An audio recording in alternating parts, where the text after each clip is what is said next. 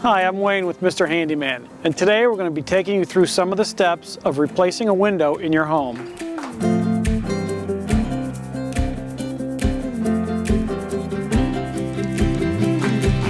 Replacing old drafty windows in your home can not only help with your energy costs, but it can bring a whole new look or style to your house. First, we'll remove any trim from inside or outside of the window. You may need to cut away some caulk.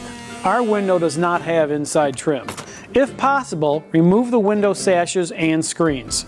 Cut or unscrew the fasteners holding the window in place. Then check for rough opening defects or wood rot. Then prep and seal the rough opening. Now, confirm that the new window will fit into the opening. You are now ready to install, level, and secure the new window. Once the window is in place, seal and insulate any gaps around the new window. Only use light expanding foam. Once you have checked that the window is functioning properly, install any trim on the outside and inside if needed. Be sure and caulk where needed for a final seal.